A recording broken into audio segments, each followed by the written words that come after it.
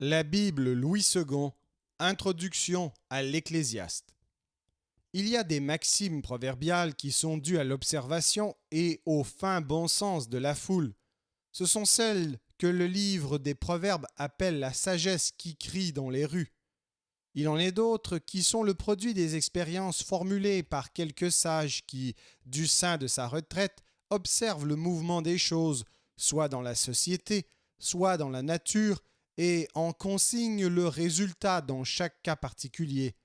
Ces deux genres de sentences réunis forment le contenu du livre des Proverbes. Le second seul remplit celui de l'Ecclésiaste. Il se développe tôt ou tard chez tout peuple civilisé. On se rappelle ici les 7 sages de la Grèce. Les littératures turques et japonaises en offrent de riches exemples. L'idée et le plan du livre. Le sage juif se demande, non comme le philosophe grec, quelles sont l'origine et l'essence des choses, mais quel est le vrai bien? Comment organiser sa vie de manière à réussir dans son travail et en retirer un profit réel? Sa sagesse est de nature pratique. Sans doute les commandements de Dieu ont répondu à cette question et les proverbes ont précisé cette réponse en l'appliquant en détail aux différentes situations de la vie. Et cela devait suffire à l'Israélite pour les époques d'ordre et de prospérité telles que le temps de Salomon ou ceux de ses successeurs qui ont fait régner la justice et la piété en Israël, encore maître de son sort. Mais d'autres temps étaient arrivés. Israël, devenu cananéen par son idolâtrie, avait été livré par Dieu à ses puissants voisins, comme les Cananéens l'avaient été autrefois à Israël. De retour dans son pays après la captivité, il n'avait point recouvré son indépendance. Il était resté soumis au souverain persan qui avait succédé dans l'empire du monde aux conquérants babyloniens. Rien de plus triste et de plus décourageant pour les Juifs pieux et croyant que le spectacle offrait alors l'état du peuple qui s'envisageait comme le peuple de Dieu. C'est à ce moment que nous devons nous représenter l'auteur de l'Ecclésiaste, méditant sur le spectacle dont il est témoin. Ce n'est plus le temps du règne de la foi naïve, aux besoins de laquelle répondait jadis la sagesse calme des proverbes. Les doutes sur la providence ont surgi pour le juif qui réfléchit. En face des apparences contradictoires, toujours changeantes, souvent injustes, profondément douloureuses pour le cœur du fidèle, que penser, que croire, qu'espérer? En face de la vie du monde, cette grande foire aux vanités, où tout se croise, se combat, n'apparaît que pour briller un moment, puis s'évanouit à toujours, où nous-mêmes sommes emportés par ce torrent vers l'abîme sans retour. Que faire? Que penser? Y a-t-il malgré tout, au fond de ce va-et-vient continuel, quelque chose de réel, un bien solide pour lequel il vaille la peine de vivre, de travailler, de souffrir? Où le trouver, ce bien véritable, et comment l'obtenir? Les jouissances sensuelles, les plaisirs, les ris, les satisfactions du luxe laissent le cœur vide. La sagesse ne parvient à se rendre compte de rien. Les richesses, on les augmente avec peine pour les laisser à un paresseux qui les dissipera follement. La justice ne se trouve pas même chez les juges. La folie habite chez les princes et ceux qui les entourent. La pratique du bien, ce n'est pas elle qui triomphe le plus souvent, ce sont les méchants. Ces différents sujets et beaucoup d'autres, l'auteur ne les traite pas systématiquement, chacun à part, de manière à les épuiser l'un après l'autre. Il passe incessamment de l'un à l'autre, il revient sur ses pas, il en parle selon qu'il se présente à sa pensée, pêle-mêle comme il les voit en contemplant la vie humaine.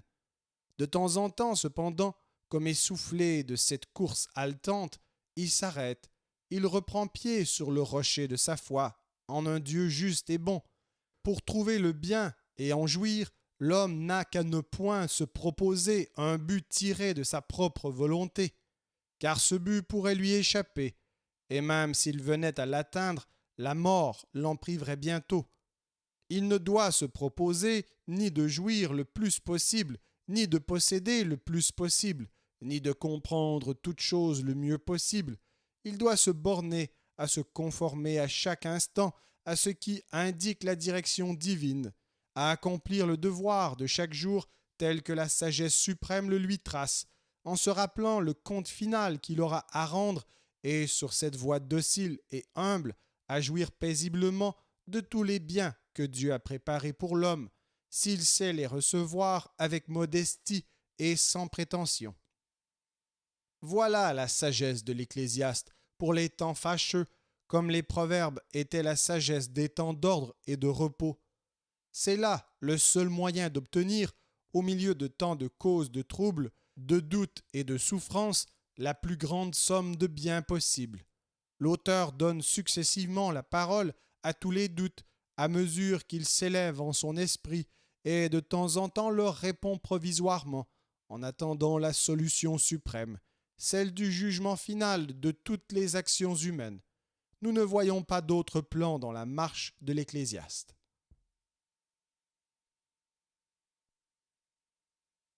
L'Ecclésiaste, chapitre 1.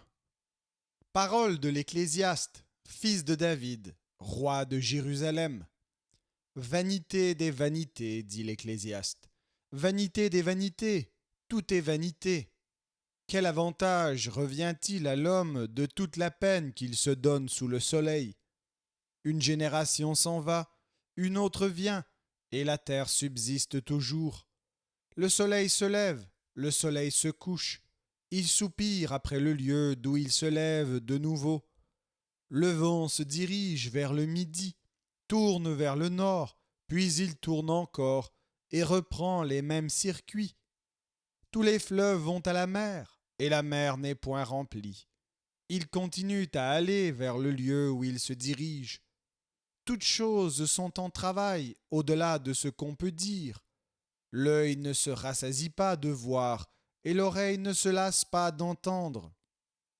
Ce qui a été, c'est ce qui sera, et ce qui s'est fait, c'est ce qui se fera. Il n'y a rien de nouveau sous le soleil.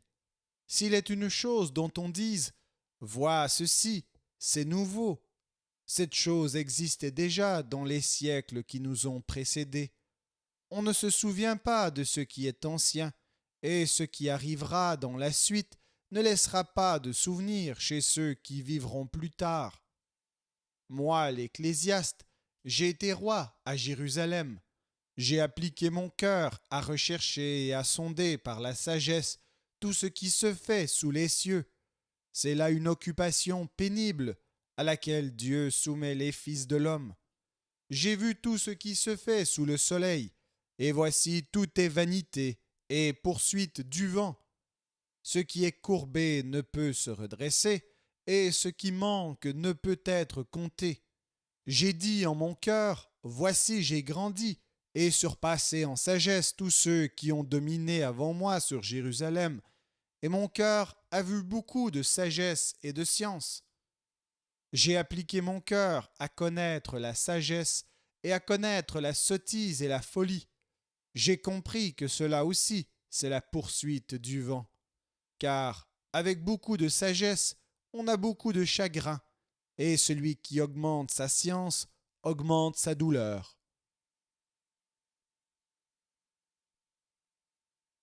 Ecclésiaste, chapitre 2. J'ai dit en mon cœur, allons, je t'éprouverai par la joie, et tu goûteras le bonheur. Et voici, c'est encore là une vanité. J'ai dit du rire, insensé, et de la joie, à quoi sert-elle? Je résolus en mon cœur de livrer ma chair au vin, tandis que mon cœur me conduirait avec sagesse, et de m'attacher à la folie, jusqu'à ce que je visse ce qu'il est bon pour les fils de l'homme de faire sous les cieux pendant le nombre des jours de leur vie. J'exécutai de grands ouvrages, je me bâtis des maisons, je me plantai des vignes, je me fis des jardins et des vergers, et j'y plantai des arbres à fruits de toute espèce. Je me créai des étangs pour arroser la forêt où croissaient les arbres. J'achetai des serviteurs et des servantes, et j'eus leurs enfants nés dans la maison. Je possédai des troupeaux de bœufs et de brebis, plus que tous ceux qui étaient avant moi dans Jérusalem. Je m'amassai de l'argent et de l'or et les richesses des rois et des provinces. Je me procurai des chanteurs et des chanteuses et les délices des fils de l'homme, des femmes en grand nombre. Je devins grand, plus grand que tous ceux qui étaient avant moi dans Jérusalem. Et même ma sagesse demeura avec moi. Tout ce que mes yeux avaient désiré, je ne les en ai point privés. Je n'ai refusé à mon cœur aucune joie, car mon cœur prenait plaisir à tout mon travail, et c'est la part qui m'en est revenue. Puis j'ai considéré tous les ouvrages que mes mains avaient faits, et la peine que j'avais prise à les exécuter. Et voici, tout est vanité et poursuite du vent, et il n'y a aucun avantage à tirer de ce qu'on fait sous le soleil. Alors j'ai tourné mes regards vers la sagesse, et vers la sottise et la folie. Car que fera l'homme qui succédera au roi? Ce qu'on a déjà fait. Et j'ai vu que la sagesse a de l'avantage sur la folie, comme la lumière a de l'avantage sur les ténèbres. Le sage a ses yeux à la tête, et l'insensé marche dans les ténèbres. Mais j'ai reconnu aussi qu'ils ont l'un et l'autre un même sort. Et j'ai dit en mon cœur, j'aurai le même sort que l'insensé. Pourquoi donc ai-je été plus sage? Et j'ai dit en mon cœur que c'est encore là une vanité. Car la mémoire du sage n'est pas plus éternelle que celle de l'insensé, puisque déjà les jours qui suivent, tout est oublié. Et quoi? Le sage meurt aussi bien que l'insensé, et j'ai haï la vie, car ce qui se fait sous le soleil m'a déplu, car tout est vanité et poursuite du vent. J'ai haï tout le travail que j'ai fait sous le soleil, et dont je dois laisser la jouissance à l'homme qui me succédera. Et qui sait s'il sera sage ou insensé? Cependant, il sera maître de tout mon travail, de tout le fruit de ma sagesse sous le soleil. C'est encore là une vanité. Et j'en suis venu à livrer mon cœur au désespoir, à cause de tout le travail que j'ai fait sous le soleil. Car tel homme a travaillé avec sagesse et science et avec succès, et il laisse le produit de son travail à un homme qui ne s'en est point occupé. C'est encore là une vanité et un grand mal. Que revient-il en effet à l'homme de tout son travail et de la préoccupation de son cœur, objet de ses fatigues sous le soleil? Tous ses jours ne sont que douleur, et son partage n'est que chagrin. Même la nuit, son cœur ne repose pas. C'est encore là une vanité. Il n'y a de bonheur pour l'homme qu'à manger et à boire, et à faire jouir son âme du bien-être au milieu de son travail. Mais j'ai vu que cela aussi vient de la main de Dieu. Qui en effet peut manger et jouir, si ce n'est moi? Car il donne à l'homme qui lui est agréable la sagesse, la science et la joie. Mais il donne aux pécheurs le soin de recueillir et d'amasser, afin de donner à celui qui est agréable à Dieu. C'est encore là une vanité et la poursuite du vent.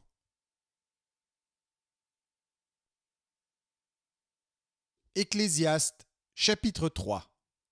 Il y a un temps pour tout, un temps pour toutes choses sous les cieux, un temps pour naître et un temps pour mourir, un temps pour planter et un temps pour arracher ce qui a été planté, un temps pour tuer et un temps pour guérir, un temps pour abattre et un temps pour bâtir, un temps pour pleurer et un temps pour rire, un temps pour se lamenter et un temps pour danser, un temps pour lancer des pierres et un temps pour ramasser des pierres, un temps pour embrasser et un temps pour s'éloigner des embrassements, un temps pour chercher et un temps pour perdre, un temps pour garder et un temps pour jeter, un temps pour déchirer et un temps pour coudre, un temps pour se taire et un temps pour parler, un temps pour aimer et un temps pour haïr, un temps pour la guerre et un temps pour la paix. Quel avantage celui qui travaille retire-t-il de sa peine? J'ai vu à quelle occupation Dieu soumet les fils de l'homme. Il fait toutes choses bonnes en son temps, mais il a mis dans le cœur la pensée de l'éternité, bien que l'homme ne puisse pas saisir l'œuvre que Dieu fait du commencement jusqu'à la fin.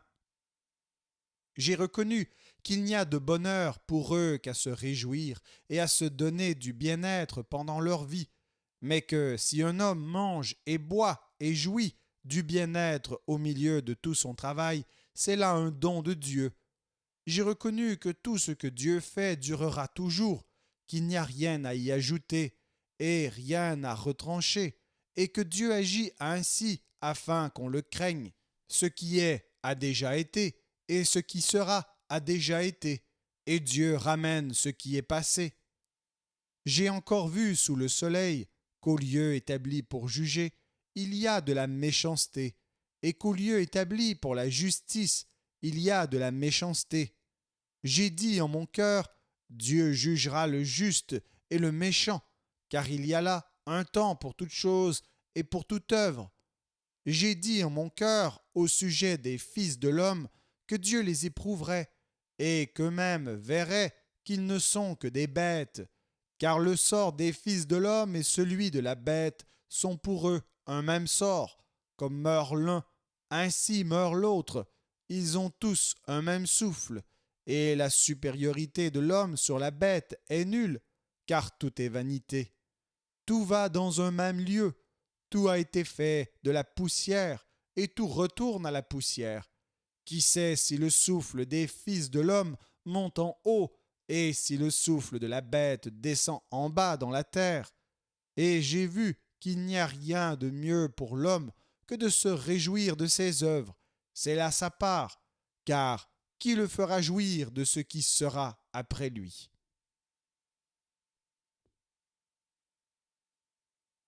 Ecclésiaste, chapitre 4.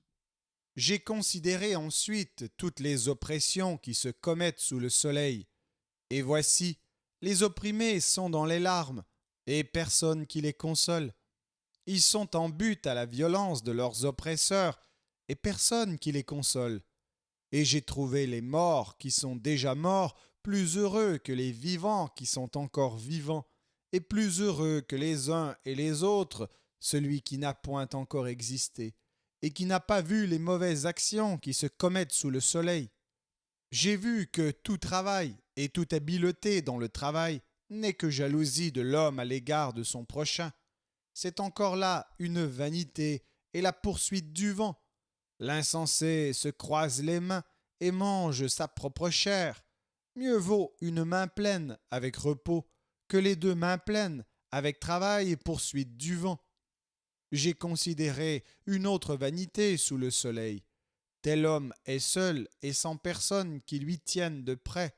Il n'a ni fils ni frère, et pourtant son travail n'a point de fin, et ses yeux ne sont jamais rassasiés de richesses.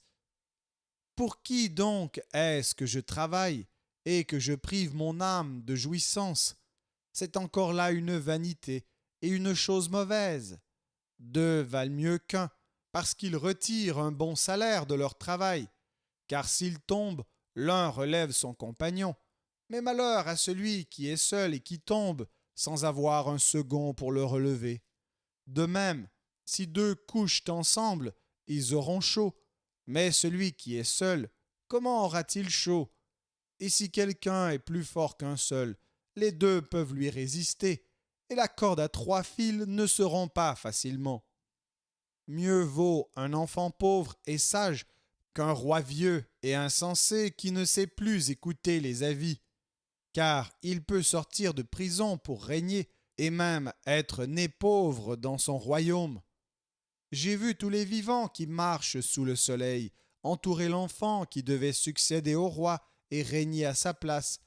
Il n'y avait point de fin à tout ce peuple, à tous ceux à la tête desquels il était.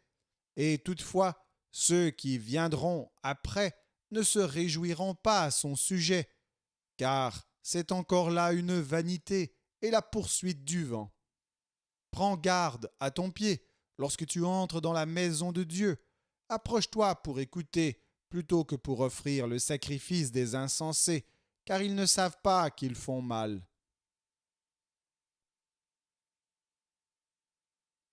Ecclésiaste, chapitre 5. Ne te presse pas d'ouvrir la bouche, et que ton cœur ne se hâte pas d'exprimer une parole devant Dieu, car Dieu est au ciel, et toi sur la terre. Que tes paroles soient donc peu nombreuses, car si les songes naissent de la multitude des occupations, la voix de l'insensé se fait entendre dans la multitude des paroles. Lorsque tu as fait un vœu à Dieu, ne tarde pas à l'accomplir, car il n'aime pas les insensés. Accomplis le vœu que tu as fait. Mieux vaut pour toi ne point faire de vœu que d'en faire un et de ne pas l'accomplir. Ne permets pas à ta bouche de faire pécher ta chair, et ne dis pas en présence de l'envoyé que c'est une inadvertance. Pourquoi Dieu s'irriterait-il de tes paroles et détruirait-il l'ouvrage de tes mains? Car s'il y a des vanités dans la multitude des songes, il y en a aussi dans beaucoup de paroles. C'est pourquoi crains Dieu. Si tu vois dans une province le pauvre opprimé et la violation du droit et de la justice, ne t'en étonne point, car un homme élevé est placé sous la surveillance d'un autre plus élevé, et au-dessus d'eux, il en est de plus élevé encore. Un avantage pour le pays à tous égards, c'est un roi honoré du pays. Celui qui aime l'argent n'est pas rassasié par l'argent, et celui qui aime les richesses n'en profite pas. C'est encore là une vanité. Quand le bien abonde, ceux qui le mangent abondent. Et quel avantage en revient-il à son possesseur, sinon qu'il le voit de ses yeux? Le sommeil du travailleur est doux, qu'il ait peu ou beaucoup à manger, mais le rassasiement du riche ne le laisse pas dormir. Il est un mal grave que j'ai vu sous le soleil, des richesses conservées pour son malheur par celui qui les possède. Ces richesses se perdent par quelque événement fâcheux. Il a engendré un fils et il ne reste rien entre ses mains. Comme il est sorti du ventre de sa mère, il s'en retourne nu, ainsi qu'il était venu, et pour son travail n'emporte rien qu'il puisse prendre dans sa main. C'est encore là un mal grave. Il s'en va comme il était venu. Et quel avantage lui revient-il d'avoir travaillé pour du vent? De plus, toute sa vie, il mange dans les ténèbres, et il a beaucoup de chagrin, de maux et d'irritation. Voici ce que j'ai vu. C'est pour l'homme une chose bonne et belle de manger et de boire et de jouir du bien-être au milieu de tout le travail qu'il fait sous le soleil pendant le nombre des jours de vie que Dieu lui a donnés, car c'est là sa part. Mais si Dieu a donné à un homme des richesses et des biens, s'il l'a rendu maître d'en manger, d'en prendre sa part et de se réjouir au milieu de son travail, c'est là un don de Dieu, car il ne se souviendra pas beaucoup des jours de sa vie, parce que Dieu répand la joie dans son cœur.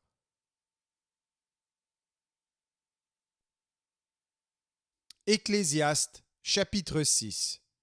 Il est un mal que j'ai vu sous le soleil, et qui est fréquent parmi les hommes. Il y a tel homme à qui Dieu a donné des richesses, des biens et de la gloire, et qui ne manque pour son âme de rien de ce qu'il désire, mais que Dieu ne laisse pas maître d'en jouir, car c'est un étranger qui en jouira. C'est là une vanité et un mal grave. Quand un homme aurait 100 fils, vivrait un grand nombre d'années, et que les jours de ces années se multiplieraient, si son âme ne s'est point rassasiée de bonheur, et si de plus il n'a point de sépulture, je dis qu'un avorton est plus heureux que lui. Car il est venu en vain, il s'en va dans les ténèbres, et son nom reste couvert de ténèbres. Il n'a point vu, il n'a point connu le soleil. Il a plus de repos que cet homme. Et quand celui-ci vivrait 2 fois 1000 ans sans jouir du bonheur, tout ne va-t-il pas dans un même lieu? Tout le travail de l'homme est pour sa bouche, et cependant ses désirs ne sont jamais satisfaits.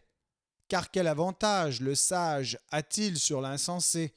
Quel avantage a le malheureux qui sait se conduire en présence des vivants?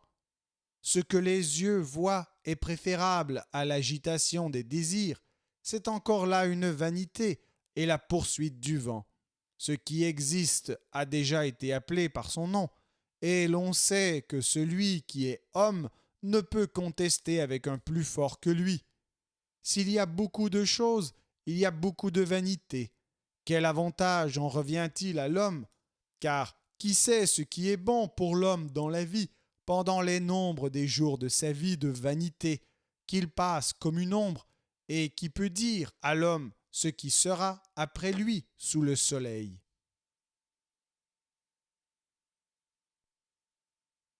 Ecclésiaste chapitre 7. Une bonne réputation vaut mieux que le bon parfum, et le jour de la mort que le jour de la naissance. Mieux vaut aller dans une maison de deuil que d'aller dans une maison de festin, car c'est là la fin de tout homme, et celui qui vit prend la chose à cœur. Mieux vaut le chagrin que le rire, car avec un visage triste, le cœur peut être content.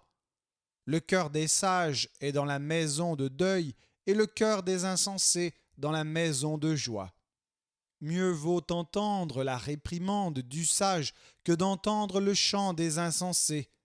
Car, comme le bruit des épines sous la chaudière, ainsi est le rire des insensés. C'est encore là une vanité. L'oppression rend insensé le sage, et les présents corrompent le cœur. Mieux vaut la fin d'une chose que son commencement. Mieux vaut un esprit patient qu'un esprit hautain. Ne te hâte pas en ton esprit de t'irriter, car l'irritation repose dans le sein des insensés. Ne dis pas d'où vient que les jours passés étaient meilleurs que ceux-ci, car ce n'est point par sagesse que tu demandes cela. La sagesse vaut autant qu'un héritage, et même plus pour ceux qui voient le soleil, car à l'ombre de la sagesse on est abrité comme à l'ombre de l'argent. Mais un avantage de la science, c'est que la sagesse fait vivre ceux qui la possèdent. Regarde l'œuvre de Dieu, qui pourra redresser ce qu'il a courbé. Au jour du bonheur, sois heureux, et au jour du malheur, réfléchis. Dieu a fait l'un comme l'autre, afin que l'homme ne découvre en rien ce qui sera après lui. J'ai vu tout cela pendant les jours de ma vanité. Il y a tel juste qui périt dans sa justice, il y a tel méchant qui prolonge son existence dans sa méchanceté. Ne sois pas juste à l'excès, et ne te montre pas trop sage. Pourquoi te détruirais-tu? Ne sois pas méchant à l'excès, et ne sois pas insensé. Pourquoi mourrais-tu avant ton temps? Il est bon que tu retiennes ceci, et que tu ne négliges point cela, car celui qui craint Dieu échappe à toutes ces choses. La sagesse rend le sage plus fort que 10 chefs qui sont dans une ville. Non, il n'y a sur la terre point d'homme juste qui fasse le bien et qui ne pêche jamais. Ne fais donc pas attention à toutes les paroles qu'on dit, de peur que tu n'entendes ton serviteur te maudire, car ton cœur a senti bien des fois que tu as toi-même maudit les autres. J'ai éprouvé tout cela par la sagesse. J'ai dit, je serai sage, et la sagesse est restée loin de moi. Ce qui est loin, ce qui est profond, profond, qui peut l'atteindre? Je me suis appliqué dans mon cœur à connaître, à sonder et à chercher la sagesse et la raison des choses, et à connaître la folie de la méchanceté et la stupidité de la sottise. Et j'ai trouvé plus amère que la mort la femme dont le cœur est un piège et un filet, et dont les mains sont des liens. Celui qui est agréable à Dieu lui échappe, mais le pécheur est pris par elle. Voici ce que j'ai trouvé, dit l'Ecclésiaste, en exprimant les choses une à une pour en saisir la raison. Voici ce que mon âme cherche encore et que je n'ai point trouvé. J'ai trouvé un homme entre 1000, mais je n'ai pas trouvé une femme entre elles toutes. Seulement, voici ce que j'ai trouvé, c'est que Dieu a fait les hommes droits, mais ils ont cherché beaucoup de détours.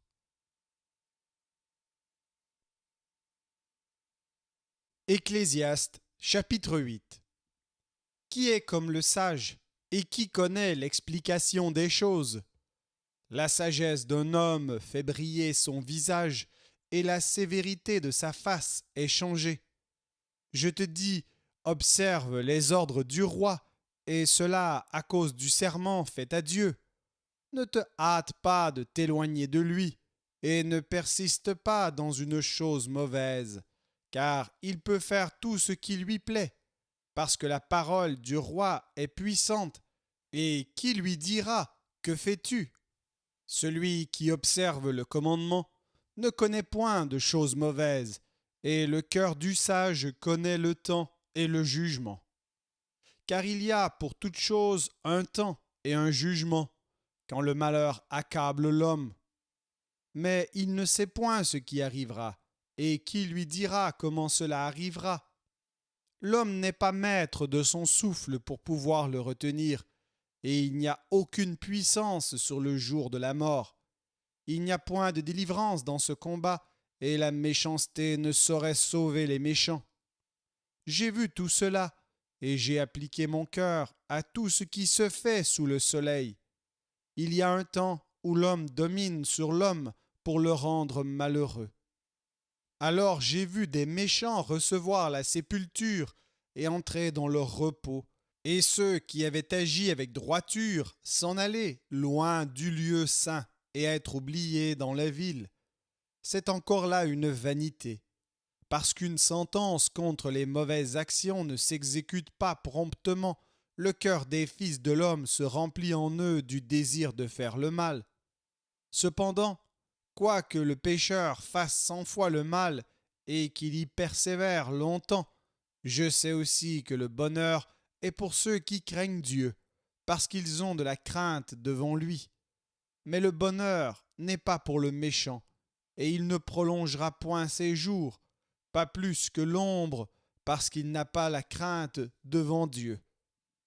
Il est une vanité qui a lieu sur la terre, c'est qu'il y a des justes auxquels il arrive selon l'œuvre des méchants, et des méchants auxquels il arrive selon l'œuvre des justes. Je dis que c'est encore là une vanité. J'ai donc loué la joie, parce qu'il n'y a de bonheur pour l'homme sous le soleil qu'à manger et à boire et à se réjouir. C'est là ce qui doit l'accompagner au milieu de son travail, pendant les jours de vie que Dieu lui donne sous le soleil. Lorsque j'ai appliqué mon cœur à connaître la sagesse et à considérer les choses qui se passent sur la terre, car les yeux de l'homme ne goûtent le sommeil, ni jour, ni nuit, j'ai vu toute l'œuvre de Dieu. J'ai vu que l'homme ne peut pas trouver ce qui se fait sous le soleil. Il a beau se fatiguer à chercher, il ne trouve pas. Et même si le sage veut connaître, il ne peut pas trouver. Ecclésiaste, chapitre 9. Oui, j'ai appliqué mon cœur à tout cela. J'ai fait de tout cela l'objet de mon examen, et j'ai vu que les justes et les sages et leurs travaux sont dans les mains de Dieu. Et l'amour aussi bien que la haine, les hommes ne savent rien, tout est devant eux, tout arrive également à tous, même sort pour le juste et pour le méchant, pour celui qui est bon et pur, et pour celui qui est impur, pour celui qui sacrifie et pour celui qui ne sacrifie pas. Il en est du bon comme du pécheur, de celui qui jure comme de celui qui craint de jurer. Ceci est un mal parmi tout ce qui se fait sous le soleil, c'est qu'il y a pour tous un même sort. Aussi le cœur des fils de l'homme est-il plein de méchanceté, et la folie est dans leur cœur pendant leur vie, après quoi ils vont chez les morts, car qui est excepté? Pour tous ceux qui vivent, il y a de l'espérance, et même un chien vivant vaut mieux qu'un lion mort. Les vivants, en effet, savent qu'ils mourront, mais les morts ne savent rien. Il n'y a pour eux plus de salaire, puisque leur mémoire est oubliée, et leur amour, et leur haine, et leur envie ont déjà péri, et ils n'auront plus jamais aucune part à tout ce qui se fait sous le soleil. Va, mange avec joie ton pain, et bois gaiement ton vin, car dès longtemps Dieu prend plaisir à ce que tu fais. qu'en tout temps tes vêtements soient blancs, et que l'huile ne manque point sur ta tête. Jouis de la vie avec la femme que tu aimes, pendant tous les jours de ta vie de vanité que Dieu t'a donnée sous le soleil, pendant tous les jours de ta vanité, car c'est ta part dans la vie, au milieu de ton travail que tu fais sous le soleil. Tout ce que ta main trouve à faire avec force, fais-le, car il n'y a ni œuvre, ni pensée, ni science, ni sagesse dans le séjour des morts où tu vas.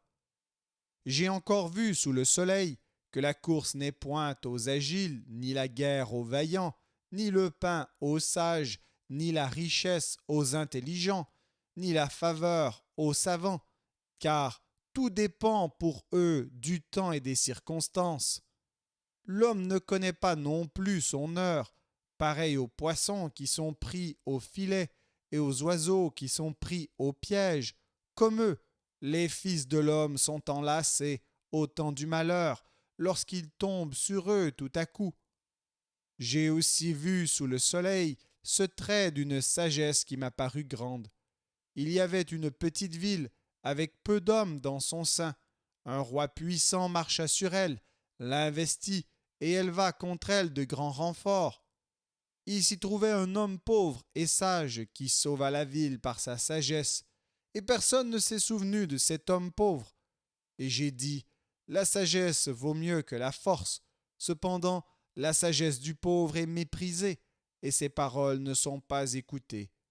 Les paroles des sages tranquillement écoutées valent mieux que les cris de celui qui domine parmi les insensés.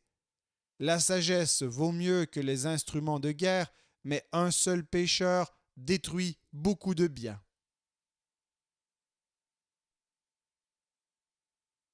Ecclésiaste, chapitre 10. Les mouches mortes infectent et font fermenter l'huile du parfumeur. Un peu de folie l'emporte sur la sagesse et sur la gloire. Le cœur du sage est à sa droite et le cœur de l'insensé à sa gauche. Quand l'insensé marche dans un chemin, le sens lui manque, et il dit de chacun « Voilà un fou ». Si l'esprit de celui qui domine s'élève contre toi, ne quitte point ta place, car le calme prévient de grands péchés. Il est un mal que j'ai vu sous le soleil, comme une erreur provenant de celui qui gouverne. La folie occupe des postes très élevés, et des riches sont assis dans l'abaissement. J'ai vu des esclaves sur des chameaux, et des princes marchant sur terre comme des esclaves. Celui qui creuse une fosse y tombera, et celui qui renverse une muraille sera mordu par un serpent. Celui qui remue des pierres en sera blessé, et celui qui fend du bois en éprouvera du danger. S'il a émoussé le fer, et s'il n'en a pas aiguisé le tranchant, il devra redoubler de force, mais la sagesse a l'avantage du succès. Si le serpent mord faute d'enchantement, il n'y a point d'avantage pour l'enchanteur. Les paroles de la bouche du sage sont pleines de grâce, mais les lèvres de l'insensé causent sa perte. Le commencement des paroles de sa bouche est folie, et la fin de son discours est une méchante folie. L'insensé multiplie les paroles. L'homme ne sait point ce qui arrivera, et qui lui dira ce qui sera après lui? Le travail de l'insensé le fatigue, parce qu'il ne sait pas aller à la ville. Malheur à toi, pays dont le roi est un enfant, et dont les princes mangent dès le matin. Heureux, toi, pays dont le roi est de race illustre, et dont les princes mangent au temps convenable, pour soutenir leur force, et non pour se livrer à la boisson. Quand les mains sont paresseuses, la charpente s'affaisse, et quand les mains sont lâches, la maison a des gouttières. On fait des repas pour se divertir, le vin rend la vie joyeuse, et l'argent répond à tout. Ne maudis pas le roi, même dans ta pensée, et ne maudis pas le riche dans la chambre où tu couches, car l'oiseau du ciel emporterait ta voix, l'animal ailé publierait tes paroles.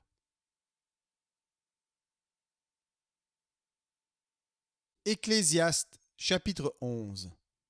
Jette ton pain sur la face des eaux, car avec le temps tu le retrouveras. Donne-en une part à 7 et même à 8, car tu ne sais pas quel malheur peut arriver sur la terre. Quand les nuages sont pleins de pluie, ils la répandent sur la terre. Et si un arbre tombe au midi ou au nord, il est à la place où il est tombé. Celui qui observe le vent ne sème point, et celui qui regarde les nuages ne moissonnera point. Comme tu ne sais pas quel est le chemin du vent, ni comment se forment les eaux dans le ventre de la femme enceinte, tu ne connais pas non plus l'œuvre de Dieu qui fait tout. Dès le matin, sème ta semence, et le soir, ne laisse pas reposer ta main, car tu ne sais point ce qui réussira, ceci ou cela, ou si l'un et l'autre sont également bons. La lumière est douce et il est agréable aux yeux de voir le soleil. Si donc un homme vit beaucoup d'années, qu'il se réjouisse pendant toutes ces années et qu'il pense aux jours de ténèbres qui seront nombreux. Tout ce qui arrivera est vanité.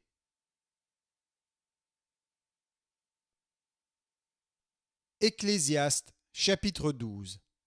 Jeune homme, réjouis-toi dans ta jeunesse. Livre ton cœur à la joie pendant les jours de ta jeunesse. Marche dans les voies de ton cœur et selon les regards de tes yeux. Mais sache que pour tout cela Dieu t'appellera en jugement. Bannis de ton cœur le chagrin et éloigne le mal de ton corps, car la jeunesse et l'aurore sont vanité. Mais souviens-toi de ton Créateur pendant les jours de ta jeunesse, avant que les jours mauvais arrivent et que les années s'approchent où tu diras « Je n'y prends point de plaisir », avant que s'obscurcissent le soleil et la lumière, la lune et les étoiles, et que les nuages reviennent après la pluie.